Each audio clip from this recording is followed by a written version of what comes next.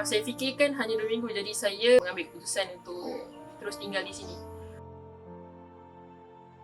Kehilangan ayah saya merupakan perkara yang saya tak pernah terfikir oleh akal saya selama saya hidup 23 tahun di muka bumi ini. Nama saya Azlin binti Muhammad Badrun Hisham. Saya berumur 23 tahun. Sekarang saya bekerja di salah sebuah kilang di Singapura. Untuk bekerja di Singapura merupakan cita-cita saya sejak berumur 18 tahun.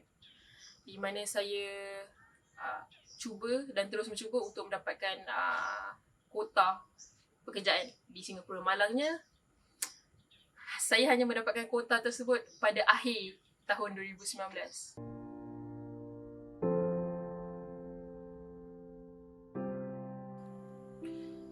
Kehidupan saya sebelum bermulanya 18 Mac 2020, iaitu hari lockdown di Malaysia.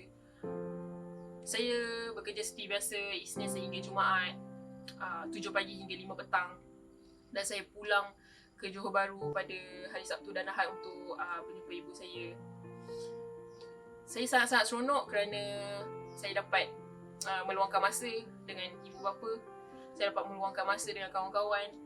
Dan saya dapat buat aktiviti-aktiviti saya yang saya sering buat sebelum saya bekerja di Singapura. 2020 merupakan tahun yang agak baik, permulaan yang agak baik untuk saya sebenarnya. Jika dilihat sebelum-sebelum ni saya mencuba beberapa kali dan saya hampir putus asa untuk mendapatkan pekerjaan di Singapura. Jadi saya bermula bekerja di Singapura sebagai seorang barista pada tanggal 13 Januari 2020, di mana hari tersebut merupakan hari yang sangat-sangat mengembirakan saya. Awal kes COVID di Singapura merupakan 1,000 dan ke atas setiap hari, dan ia sangat-sangat menakutkan saya. Jadi seperti yang terjadi di Malaysia juga terjadi di Singapura.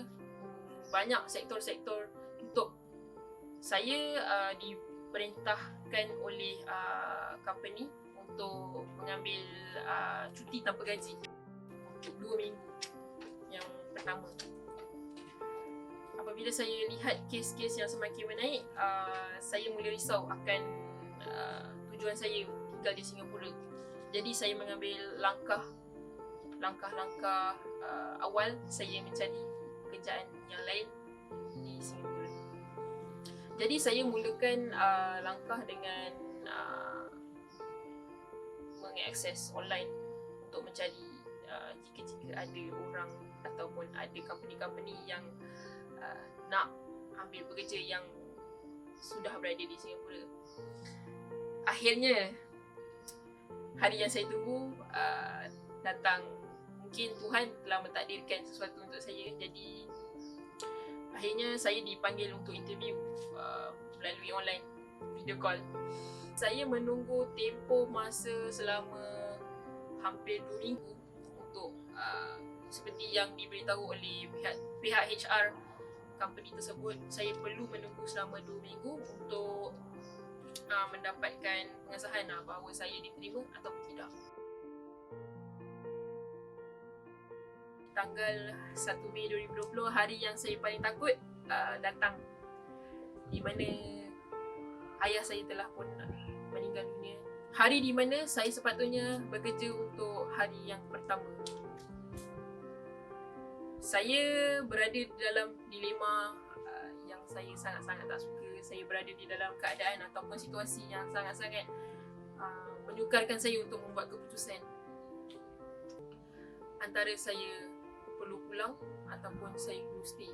Ia mengambil beberapa faktor untuk saya tinggal di sini, iaitu di mana Malaysia tidak menawarkan mana-mana skim. Kalau sekarang semua orang dah mendengar tentang PCA, dan sewaktu hari kejadian saya memerlukan wang lebih kurang 2,000 lebih ringgit untuk saya kuarantin di sana, dan untuk saya kembali ke sini juga saya memerlukan 2,000 lebih dolar SGD. Jadi costing tersebut memberhentikan saya untuk mengambil keputusan pulang ke Malaysia. ia sangat menyedihkan apabila kita terpaksa memilih antara duit ataupun keluarga.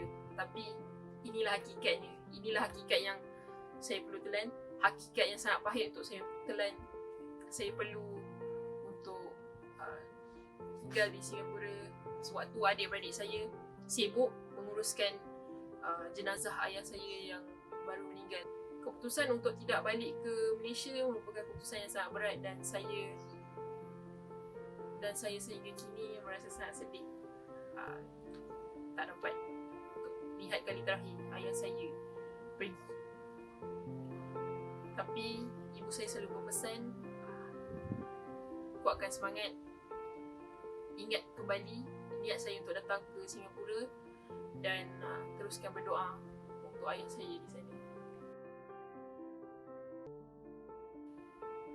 Berada di Singapura untuk 9 bulan banyak mengajar saya untuk terus dekatkan diri dengan Tuhan, di mana sebagai seorang manusia biasa kita pernah lalai, dan jika kita lalai, kita jangan terus lalai dan kita perlu mencari satu titik untuk berubah dalam kehidupan.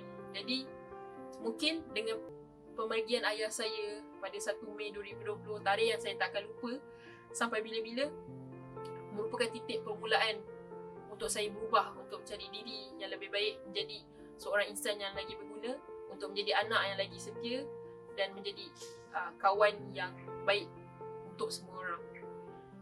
Saya mempunyai keluarga yang sangat sayang dengan saya di sini. Saya juga perlu bersyukur untuk satu benda.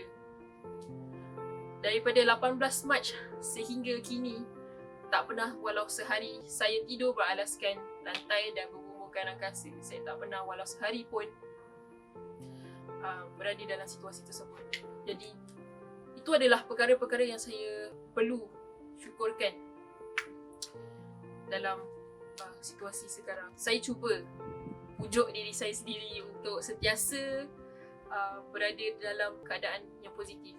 Untuk berada di dalam keadaan positif pada situasi negatif adalah sangat-sangat susah. Jadi saya rasa untuk sampai ke hari ini saya mungkin berjaya.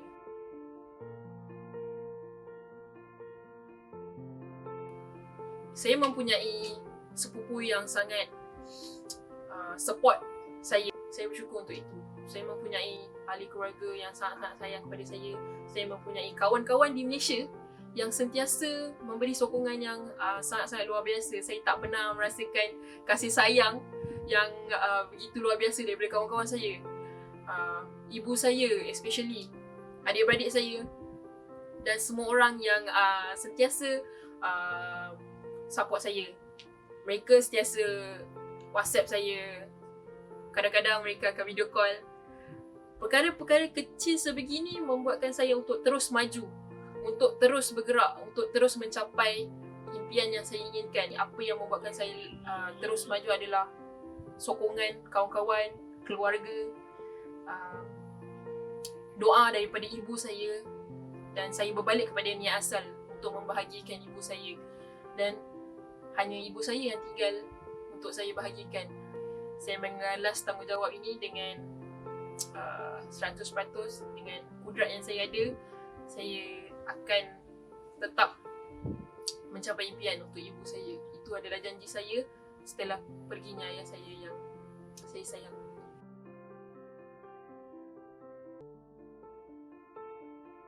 Untuk berada di dalam keadaan yang positif setiap masa adalah sangat mustahil untuk saya lakukan tanpa sokongan daripada orang sekeliling saya. Terima kasih saya ucapkan kepada semua. 1 Mei 2020 saya tak dapat menghadirkan diri ke upacara pengabumian ayah saya di Johor Bahru. Tapi saya diwakilkan oleh seorang guru yang dari dulu tak pernah berhenti untuk menyokong saya, tidak pernah berhenti untuk support saya dalam segala aspek, iaitu Cikgu Shah bin Shafri. Terima kasih beliau sanggup datang ke pengabumian ayah saya, dan saya sangat bersyukur dan sentiasa memberikan saya kata-kata positif, sentiasa mendoakan saya, sentiasa menasihatkan saya. Jadi saya takkan pernah lupa dia. Begitu juga dengan kawan-kawan saya di Johor Bahru, Adila, kawan-kawan sekolah saya, Gadis, Afika, Miss Sufi, ramai lagi yang sentiasa mendoakan saya. Kawan-kawan saya yang di mana walau di mana saya berada sekalipun, mereka tetap akan menyokong saya. Saya tak pernah menyangka yang saya akan berjauhan selama ini bersama dengan ibu saya. Jadi apa yang saya boleh ucapkan untuk ibu saya adalah, Mama, kalau Mama tengok video ni, adik nak cakap suatu hari nanti adik akan balik dan adik janji yang adik akan beli rumah untuk kita duduk sama-sama. Mama teruskan doakan untuk adik. Adik janji yang satu hari nanti kita akan bersama kembali. Untuk adik-beradik saya, sentiasalah jaga satu-satunya ibu yang kita ada. Adik-beradik ipar saya, jaga diri, jaga adik-beradik saya dan sentiasalah mengukuhkan ukhuwah antara keluarga. Kerana kita dah tak ada abah dah tak ada untuk menghiasi keluarga kita. Jadi apa yang ada kita kukuhkan ukhuwah, kita kukuhkan ikatan. Jadi saya harap suatu hari nanti saya balik ke Johor Bahru, segalanya akan lebih rapat, lebih akrab, dan saya yakin saya akan sayang keluarga saya sampai bila-bila.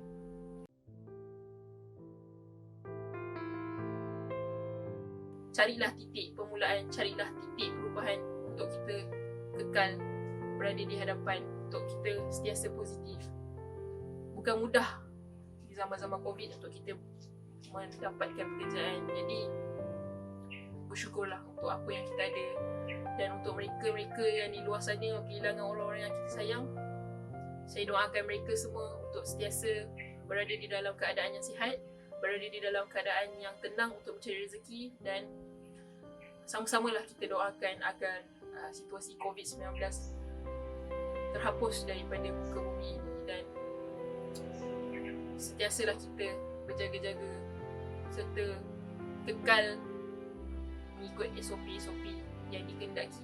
Hargailah sementara kita masih boleh menghargai, dan sayangilah seberapa banyak yang boleh selagi kita masih ada kesempatan untuk sayang. Kita tak akan pernah tahu bila kesempatan itu pergi, kerana bila-bila masa saja Tuhan boleh menarik kesempatan untuk kita menyayangi orang-orang yang kita sayang dan untuk kita kasihi orang-orang yang kita kasihi. Jadi harapan saya, mungkin kerajaan boleh mengusahakan sesuatu yang memberi sinar harapan kepada orang-orang yang mungkin menghadapi situasi seperti kami. Di sesetengah pihak merupakan hal-hal yang kecil, tapi sangat-sangat besar impaknya kepada kami yang tak dapat pulang melihat orang yang kami sayang untuk kali yang terakhir.